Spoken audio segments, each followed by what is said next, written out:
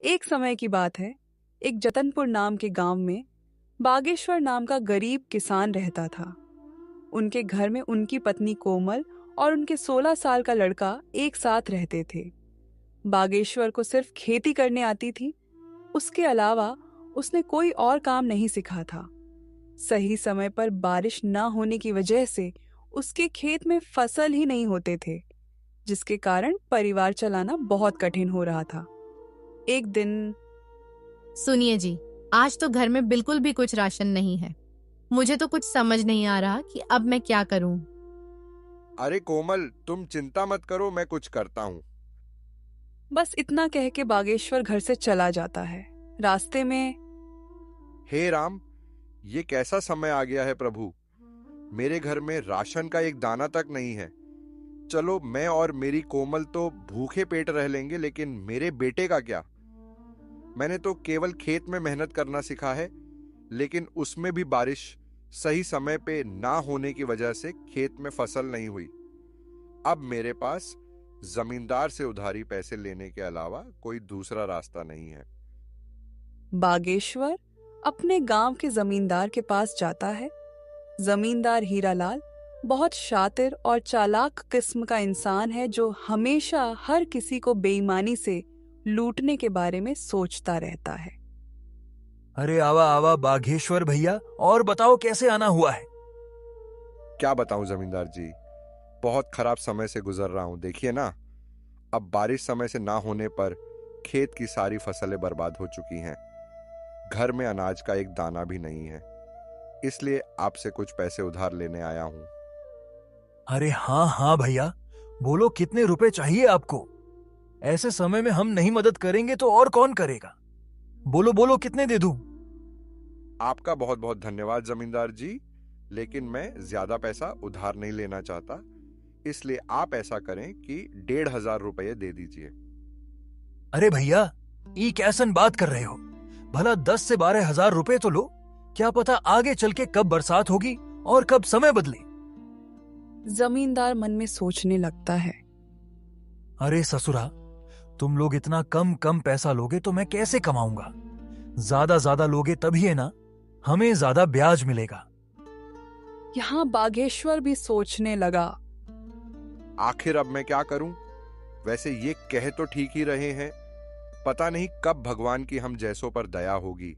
एक काम करता हूं, 10,000 ले लेता हूं। अच्छा ठीक है, तो जमींदार भाई 10,000 पे कितना तक ब्याज लेंगे आप। देखो बाघेश्वर भैया, 10,000 के 10% प्रति महीना। लेकिन आप तो अपने ही आदमी हैं, आपस में क्या धंधा करें। चलो आप 8% दे देना। हे भगवान, 8% प्रति महीना तो हमारे लिए बहुत ही ज्यादा ब्याज है। ले तो लेंगे, लेकिन चुकाएंगे कैसे। अगर नहीं लूंगा तो मेरा बेटा नकुल भूखा ही रहेगा।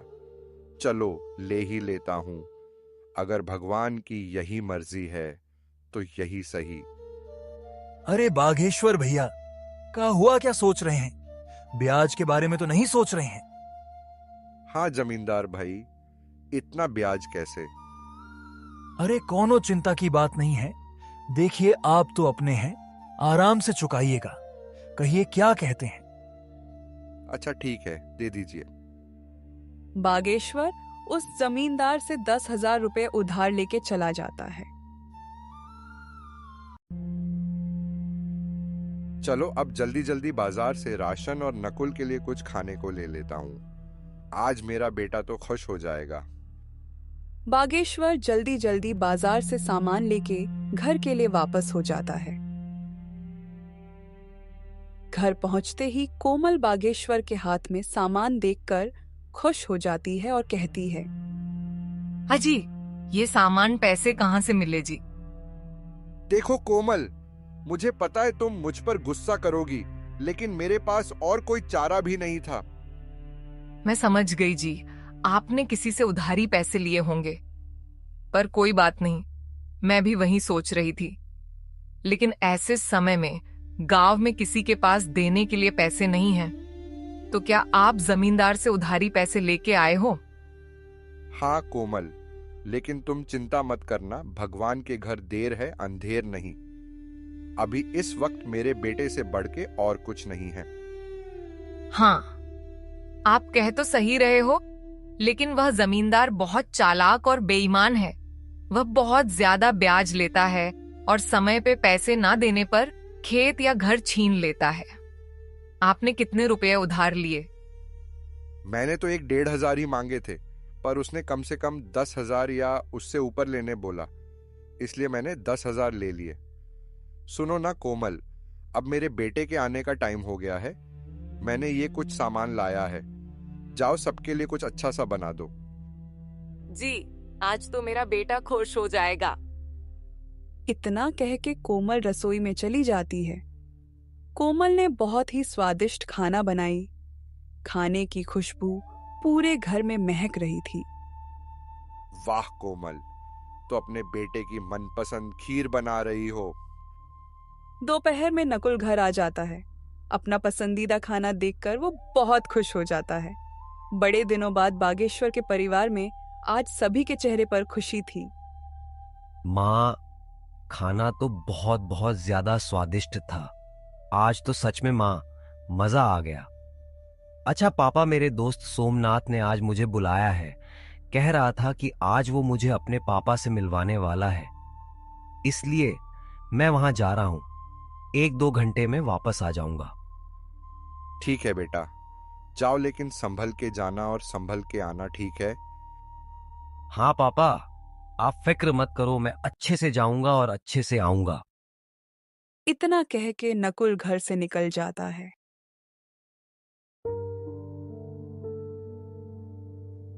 भगवान, मैं जानता हूं कि हमारे खेत में थोड़ा भी फसल नहीं हुआ है और मेरे पिताजी सिर्फ मेरे लिए पैसों का इंतजाम किए हैं।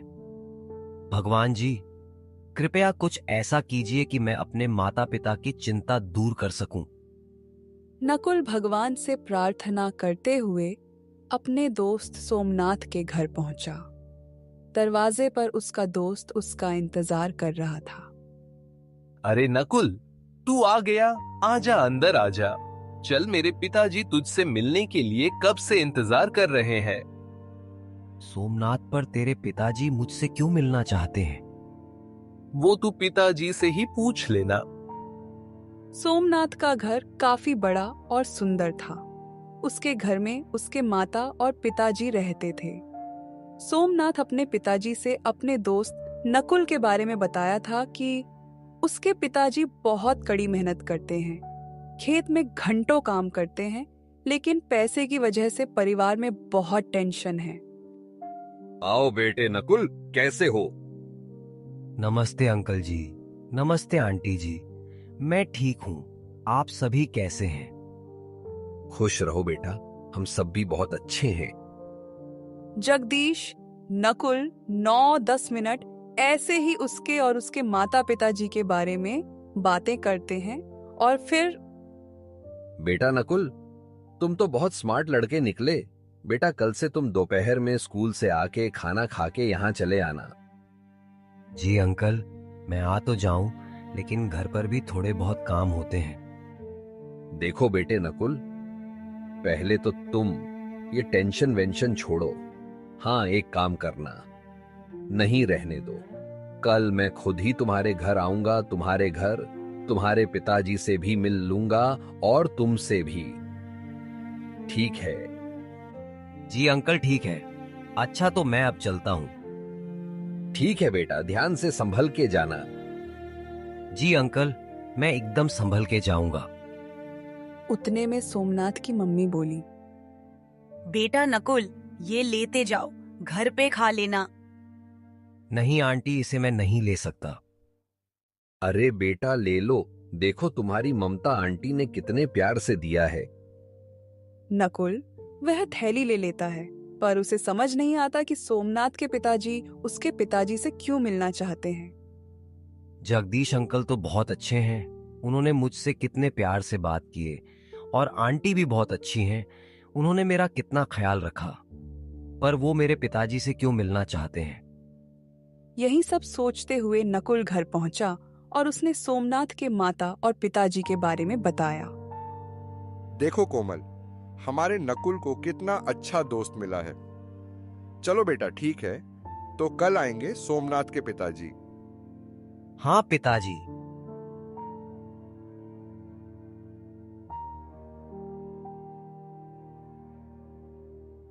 अगले दिन दोपहर में सोमनाथ अपने पापा को नकुल के घर ले आया। अरे बेटा नकुल, घर में नहीं बुलाओगे? अरे सर, आइए आइए। अरे कोमल देखो, हमारे नकुल के दोस्त और उनके पापा आए हैं। कोमल फट से सोमनाथ के पापा के लिए दूध वाली चाय बनाकर ले आती है। चाय पीने के बाद जगदीश जी बागेश्वर जी से कहते हैं, सुनिए बागेश्वर जी, मैं आपसे थोड़ी बात करना चाहता हूँ। जी सर, कहिए क्या कहना चाहते हैं। जी, आप मुझे सर मत कहिए, मैं भी आपका दोस्त जैसा हूँ, इसलिए मुझे जगदीश कह के बुलाइए। अरे अच्छा ठीक है, जगदीश जी बोलिए, आप क्या कहना चाहते हैं। जगदीश बागेश्वर को घर से थोड़ा बाहर ले जाके कहते हैं, बागेश्वर जी, मेरा बेटा नकुल को अपना बहुत अच्छा दोस्त मानता है। उसने मुझे बताया कि नकुल बहुत समझदार और अच्छा लड़का है, पर गरीबी के कारण से वो पढ़ाई छोड़ने की बातें कर रहा है। भगवान की दया से अब जाके हमारा सोमनाथ खुश रहने लगा है, नहीं तो पहले वो सिर्फ अकेला ही रहता था, क्योंकि उससे कोई दोस्ती ही नहीं करता था। अब क्योंकि आपके नकुल के कारण से मेरा बेटा खुश है, इसीलिए मैं उसकी पढ़ाई की फीस भरना चाहता हूँ। आप अब टेंशन भूल जाइए, समझे? बागेश्वर की आंखों में आंसू आ जाते हैं। आपका बहुत बहुत धन्यवाद जगदीश जी, आपने मेरी चिंता दूर कर दी। बस उस दिन से नकुल की पढ़ाई की चिंता दूर हुई। अब नकुल सोमनाथ के घर खेलने जाने लगा था। ऐसे ही एक दिन सोमनाथ के पापा कहते हैं, नकुल, सोमनाथ बेटा यहाँ आओ। वह दोनों जगदीश के पास जाते हैं। बेटा तुम दोनों बताओ, तुम में से कौन शेयर मार्केट के बारे में जानता है? नकुल बेटा, पहले तुम बताओ। अंकल, मैं इसके बारे में पहली बार सुन रहा हूँ, ये क्या होता है? और पापा, मैं बस इतना जानता हूं कि शेयर मार्केट में शेयर खरीदा और बेचा जाता है। अच्छा सुनो, अब कल से तुम दोनों मेरे साथ आधा घंटा बैठोगे। मैं तुम दोनों को अब कुछ सिखाना चाहता हूँ। ये सब के बारे में नकुल को जरा भी समझ नहीं आता है, लेकिन उसको जानने की बहुत इच्छा थी। तो उसने सोमनाथ के फोन पर गूगल सर्च किया, तो जो उसने देखा वो देख के चौंक गया। और फिर अगले दिन अंकल, मैंने गूगल पर सर्च किया था कि शेयर मार्केट क्या है। क्या सच है अंकल कि हम वहां से पैसे कमा सकते हैं? बेटा नकुल, ये बिल्कुल सच है कि कोई भी शेयर बाजार से पैसा कमा सकता है। पैसा क्या, बहुत बहुत पैसा कमा सकता है। लेकिन बेटा, चीजें दिखने में जितनी आसान होती हैं, असल में उससे कई ज्यादा मुश्किल होती है। अंकल, मैं कुछ समझ नहीं पाया, आप क्या कह रहे हैं?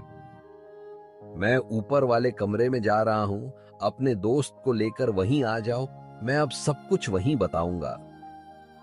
ठीक है अंकल। उसके बाद 5 मिनट में नकुल और सोमनाथ ऊपर वाले कमरे में जाते हैं। वहां वो लोग देखते हैं कि एक बहुत बड़ा कंप्यूटर है, एक लैपटॉप है, एक टैबलेट पर बहुत सारे अलग अलग चार्ट खुले हैं। मिनट मिनट में लाल या हरी मोमबत्तियां बन रहे हैं। उन्हें ये सब कुछ समझ नहीं आता, लेकिन नकुल को इतना मालूम पड़ चुका था कि ये शेयर मार्केट कुछ तो है। वो दोनों जगदीश से पूछते हैं, पापा, ये क्या है? मैं आज तक नहीं जानता था कि आपके कार्यस्थल पर इतना बड़ा कंप्यूटर है। दरअसल आपका इतना बड़ा ट्रेडिंग सेटअप है। हाँ सोमनाथ, ये मेरा ट्रेडिंग सेटअप है, मैं यही काम करता हूं। लेकिन बेटा, तुम्हें कभी यहां आने की जिज्ञासा ही नहीं थी, इसलिए हमने भी तुम्हें कभी इस बारे में नहीं बताया। लेकिन अब तुम्हें देख के ऐसा लग रहा है कि तुम्हें ये सब बहुत पसंद आया है और शायद तुम इसके बारे में और जानना चाहते हो। हाँ अंकल, सिर्फ सोमनाथ ही नहीं, मैं भी बहुत उत्साहित हूँ शेयर बाजार के बारे में जानने के लिए। बिल्कुल बेटा नकुल, क्यों नहीं। मैं यही तो तुम्हें और सोमनाथ को बताना चाहता था कि शेयर बाजार की दुनिया बहुत बड़ी है। इसमें अगर महानता हासिल कर ली जाए तो उसकी जेब में हजारों लाखों में हमेशा रहे। अच्छा, तो तुम दोनों अब यहां से जाओ, नीचे खेलो। लेकिन हाँ, कल से मैं तुम दोनों को थोड़ा थोड़ा बाजार के बारे में बताना शुरू करूंगा। पापा, मुझे पता है कि अब मेरा दोस्त इसे सीखने के लिए बहुत उत्साहित है। अब उसका खेलने में मन नहीं लगेगा। उसका क्या, मेरा भी नहीं लगेगा, क्यों नकुल? हाँ अंकल, प्लीज अभी से सिखाना शुरू कर दीजिए ना। वैसे भी अभी कोई जरूरी काम नहीं है, तो हम फ्री ही हैं। बच्चों की अंदर की ये जिज्ञासा देखकर जगदीश मन ही मन खुश हो जाते हैं। लेकिन बेटा, इसे सिखाने के लिए मुझे सोचना पड़ेगा कि शुरुआत कैसे और कहां से करूं। इसलिए शुरुआत तो कल से ही होगी। लेकिन अब तुम दोनों इतना कह रहे हो तो थोड़ी बुनियादी बातें बता ही देता हूं।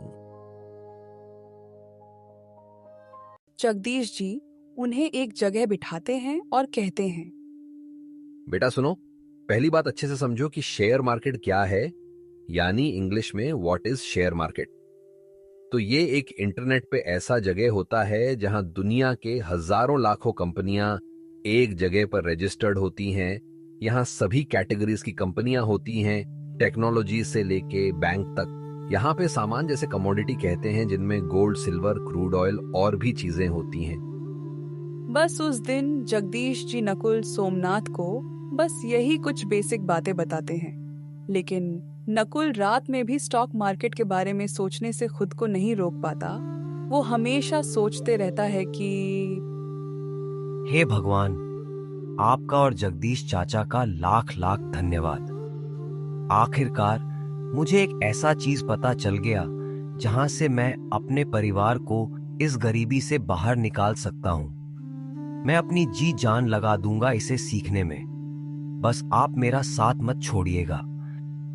घर के एक कोने से नकुल की माँ कोमल देखती है और वो बागेश्वर से जाके कहती है, हाजी सुनिए। हाँ, क्या हुआ कोमल, क्या बात है? आज हमारा नकुल कुछ परेशान सा नहीं लग रहा? देखिए ना, कब से करवटें बदल रहा है। हाँ कोमल, तुम ठीक कहती हो, चलो जाके पूछते हैं। बागेश्वर और कोमल दोनों नकुल के पास जाके पूछते हैं, बेटा नकुल, ओ नकुल, क्या बात है बेटा? नींद नहीं आ रही, कोई बात है तो हमें बता सकता है। पापा मम्मी, मैं तो ये सोच रहा था कि आप लोगों को कैसा लगेगा जब मैं एक सफल आदमी बन जाऊंगा।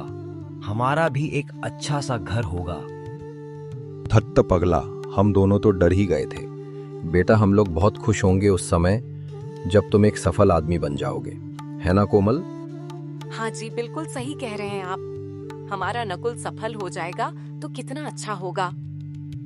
मम्मी पापा, अब आप लोग भी जाइए और सो जाइए। और हाँ, चिंता बिल्कुल मत करना। फिर बागेश्वर और कोमल भी सोने चले जाते हैं। अगले दिन नकुल अपने साथ एक कलम और एक किताब लेके बहुत उत्साह के साथ सोमनाथ के घर जाता है। दरवाजे पर उसका दोस्त उसकी राह देख रहा है। तेरा चेहरा देख के समझ आ रहा है कि तेरा मन आज सिर्फ शेयर मार्केट के बारे में सीखना चाहता है ना? हाँ सोमनाथ, अच्छा देर नहीं करते हैं, चल फटफट अंकल के पास जाते हैं। लेकिन वो दिख नहीं रहे, कहाँ हैं? अरे नकुल, थम जा यार। अच्छा चल, वो ऊपर के कमरे में हम दोनों का इंतजार कर रहे हैं। वो दोनों ऊपर के कमरे में जाते हैं। वहाँ जगदीश जी इनको सिखाने की तैयारी कर रहे थे। अरे बच्चों, तुम आ गए। आओ आओ, अब जल्दी जल्दी यहाँ बैठ जाओ। मैं आज तुम्हें कुछ एग्जाम्पल के साथ सिखाऊंगा कि रियलिटी में मैं मार्केट में कैसे ट्रेड करता हूँ। देखो बच्चों, मार्केट में आपको दो टाइप के लोग मिलेंगे। एक होता है बायर्स यानी खरीदने वाला, और दूसरा होता है सेलर्स यानी बेचने वाला। यहाँ एक खरीदता है तो दूसरा बेचता है। अब आगे सिखाने से पहले मैं तुमको 3 पिलर्स ऑफ सक्सेस बताना चाहता हूँ। क्या तुम दोनों में से कोई पॉइंट्स बता सकते हो? नकुल पहले हाथ ऊपर करता है और कहता है, हाँ अंकल, मैं जानता हूँ। वो 3 पॉइंट्स है, डिसिप्लिन, कंसिस्टेंसी और पंक्चुअलिटी। शाबाश बेटा, बहुत बढ़िया। अब मैं ये बताता हूँ कि तुम इस मार्केट में सक्सेसफुल बनने के लिए कैसे अप्लाई कर सकते हो। देखो बेटा, सबसे पहले डिसिप्लिन, जिसका मतलब होता है किसी भी काम का एक प्रॉपर स्ट्रक्चर होता है। तुम्हें उसके हिसाब से ही वो काम करना चाहिए। जैसे मार्केट में हर एक काम करने का सही तरीका होता है। अगर उसके हिसाब से काम किया जाए तो काम हमेशा सही होता है। उतने में सोमनाथ कहता है, पापा, आगे का 2 पॉइंट्स मैं बताऊं? बिल्कुल बेटा, बताओ। पापा, कंसिस्टेंसी का मतलब होता है किसी भी काम में कंसिस्टेंट रहना, और लास्ट पॉइंट है पंक्चुअलिटी, जिसका मतलब होता है टाइम टू टाइम, यानी समय पे हर काम हो जाना चाहिए। पापा, ये 3 पॉइंट्स के हिसाब से अगर हम मार्केट में रहते हुए अपने डिसिप्लिन को फॉलो करते हैं और दूसरे काम में कंसिस्टेंसी और पंक्चुअलिटी बनाए रखते हैं, तो हम एक सफल ट्रेडर या इन्वेस्टर बन सकते हैं। क्या मैंने सही बोला पापा? अरे बेटा, तुम बिल्कुल सही बताए हो, लेकिन तुमको पहले से ये सब पता है? हाँ पापा, हमको इसके बारे में कॉलेज में पढ़ाए थे और शेयर मार्केट के बारे में मैंने भी थोड़ी बहुत रिसर्च की थी। उसके अगले 30-40 दिन में जगदीश जी ने बच्चों को शेयर मार्केट के बारे में सब बता दिया था। जैसे मार्केट में कब खरीदना है, कब बेचना है, ट्रेड कैसे लेते हैं और बाकी के चीजें। एक दिन सुबह में सोमनाथ और नकुल एक साथ कुछ बातें कर रहे होते हैं। उतने में जगदीश जी उन्हें बुलाते हैं। बेटा सोमनाथ और नकुल, मेरे साथ ऊपर आओ। वो दोनों उनके साथ ऊपर जाते हैं और फिर उन्होंने कहा, आज तक तुम दोनों ने बहुत कुछ सीखा है और उसको पूरे डिसिप्लिन, कंसिस्टेंसी और पंक्चुअलिटी होके पेपर ट्रेडिंग में प्रैक्टिस भी की है। अब बारी है रियल पैसे से ये सब करना। आज मैं तुम दोनों का डीमैट अकाउंट बनाऊंगा और तुम दोनों के डीमैट अकाउंट में 2-2 लाख का कैपिटल डिपॉजिट करूंगा। तुम्हें उसका इस्तेमाल करके अपना कैपिटल बड़ा बनाना है। लेकिन बेटा, कहीं पे भी अपने पैसे को इन्वेस्ट या ट्रेड करने से पहले अपने रिस्क को मैनेज करना, फिर आगे स्टेप लेना। उस दिन से नकुल और सोमनाथ दोनों ने मार्केट में पैसे से काम चालू किया। शुरुआत में दोनों ने डर डर के कैपिटल को यूज किया, लेकिन कुछ ही हफ्तों में वे कॉन्फिडेंट हो गए। अब वह दोनों धीरे धीरे छोटे छोटे प्रॉफिट्स बुक करने शुरू कर दिए थे। लेकिन एक दिन, यार ये पेनी स्टॉक में पैसा इन्वेस्ट करूं या नहीं? सिर्फ 2 रुपए का एक शेयर है, मैं आराम से 30,000 शेयर खरीद सकता हूं। 1-2 रुपए भी बढ़ गया तो बहुत अच्छा प्रॉफिट होगा। यहाँ नकुल ने गलती की। उसने कंपनी के बारे में रिसर्च नहीं किया। उसने सिर्फ प्रॉफिट को देखा और लालच में उसने वो शेयर खरीदे ली। खराब किस्मत से उस स्टॉक की कीमत 1.5 रुपए से गिर गई। हे भगवान, ये मैंने क्या किया? ये कैसे हो गया? मुझे ऐसा नहीं करना चाहिए था।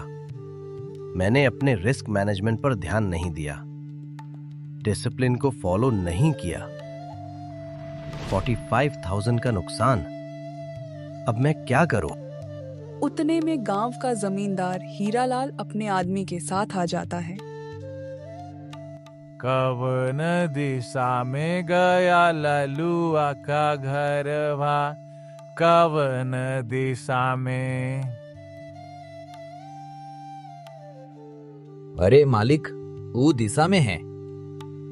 हीरालाल बागेश्वर के घर के सामने आके कहता है, अरे ओ बागेश्वर भैया, अरे कहवा बाड़ा हो, तनिक बाहर निकलिए महाराज। अरे कोमल, लगता है जमींदार अपने पैसे लेने आया है। तुम यहीं रुको, मैं देख के आता हूँ। बागेश्वर घर से बाहर आता है। अरे जमींदार जी, नमस्कार। अरे भैया नमस्कार नमस्कार। बागेश्वर भैया, हम कह रहे थे कि पैसवा कब दीजिएगा? अभी भी 4,000 ब्याज सहित बचा है, याद है कि भुला गए? नहीं जमींदार जी, भूले नहीं हैं। बस इस वक्त घर में परिस्थिति कुछ ठीक नहीं चल रही। मुझे 1-2 महीने का और समय दे दीजिए, मैं आपके बचे हुए पैसे ब्याज के साथ चुका दूंगा।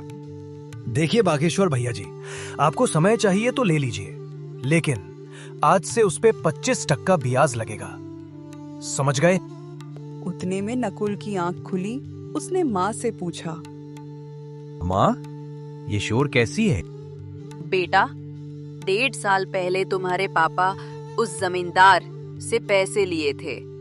हमें कुछ पैसे अभी देने बाकी है, वो वही मांगने आया है। नकुल घर से बाहर आता है और जमींदार से कहता है, प्रणाम जमींदार जी। अरे खुश रहा बचवा, हमेशा सम्मानित जीवन जियोगे तुम। तनिक अपने पिताजी से कहिए हमरा पैसा लौटा दे जल्दी से। नकुल अपनी जेब से मोबाइल निकालता है और कहता है, कहिए जमींदार जी, आपके ब्याज सहित कितने रुपए हुए हैं? हाँ बबुआ, तुम दोगे का, बताओ। हाँ कहिए, कितने हुए? ए जी सुनो, हमको जरा डायरिया दो, जरा चेक ना करना पड़ेगा। जमींदार डायरी में देखता है और कहता है, देखा बबुआ, आपके 4,000 रुपया पर 8% ब्याज के साथ 1.5 साल का होता है, सिर्फ 4,576 रुपया। आप अकाउंट नंबर बोलिए, मैं अभी पूरे पैसे आपके अकाउंट में ट्रांसफर कर देता हूँ। हीरालाल अपना अकाउंट नंबर बताता है। नकुल ब्याज सहित पूरे पैसे उसके अकाउंट में ट्रांसफर कर देता है। मैसेज आने के बाद जमींदार वहां से चला जाता है, लेकिन यहाँ बागेश्वर को समझ नहीं आ रहा था कि नकुल के पास पैसे कहाँ से आए। तो उसने नकुल से पूछा, ए नकुल बेटा, ये तुम कैसे किए? हमारा मतलब है कि तुम्हारे पास इतने पैसे कहाँ से आए? इतने में कोमल कहती है, अरे क्या हुआ जी? मम्मी पापा, देखिए आप दोनों शांत हो जाइए। अब आपका लड़का इंटरनेट की मदद से पैसे कमा रहा है, बस वहीं से कुछ पैसे बचा कर रखे थे तो वही दे दिए, समझे पिताजी? अब आप बस चिंता मुक्त हो जाइए। ये तुम क्या कह रहे हो? ऐसा भी भला होता है क्या? इंटरनेट से कैसे कोई पैसा कमा सकता है? पापा, जगदीश अंकल मुझे और सोमनाथ, हम दोनों को शेयर मार्केट में काम कैसे करते हैं सिखाए थे। बस मम्मी पापा वहीं से हम थोड़े बहुत पैसे कमा रहे हैं। लेकिन अब आप लोग अपने सपने सजाने शुरू कर दीजिए, क्योंकि अब हमारा भी समय बदलने वाला है। ये सुन के कोमल और बागेश्वर दोनों ही बहुत खुश होते हैं। अगले दिन जब नकुल जगदीश जी से मिला तो उसने बहुत ही नरम आवाज में उनसे कहा। उसकी आंखों में थोड़े बहुत आंसू भी थे। अरे नकुल बेटे, इसमें कोई बड़ी बात नहीं बेटा, ऐसा होता रहता है। लेकिन जब तुम अपने आप पर कंट्रोल रखोगे, वो 3 पॉइंट्स को जितना फॉलो करोगे, तुमसे ये सभी गलतियां उतनी ही कम होंगी और तुम्हारा पोर्टफोलियो उतना ही बड़ा होगा, समझे ना बेटा? इसलिए अब ये सब भूल जाओ, ठीक है? और जितने पैसे बचे हैं उतने से ही फिर शुरुआत करो। ऐसा सुनने के बाद नकुल को थोड़ा अच्छा लगता है और वो उस दिन से कहीं भी अपने पैसे को इन्वेस्ट या ट्रेड करने से पहले बहुत अच्छी तरह से सोचता है। ऐसे करते करते 6 महीने बीत जाते हैं। अब सोमनाथ का 2 लाख रुपया अब 9 लाख और नकुल का 2 लाख 7.5 लाख बन चुके थे। एक दिन रात में नकुल ऐसे ही न्यूज पढ़ रहा था, तभी उसने एक बिटकॉइन के बारे में आर्टिकल पढ़ा और फिर वो सोचने लगता है। ये आर्टिकल पढ़ने के बाद मार्केट में बिटकॉइन का दाम गिरेगा,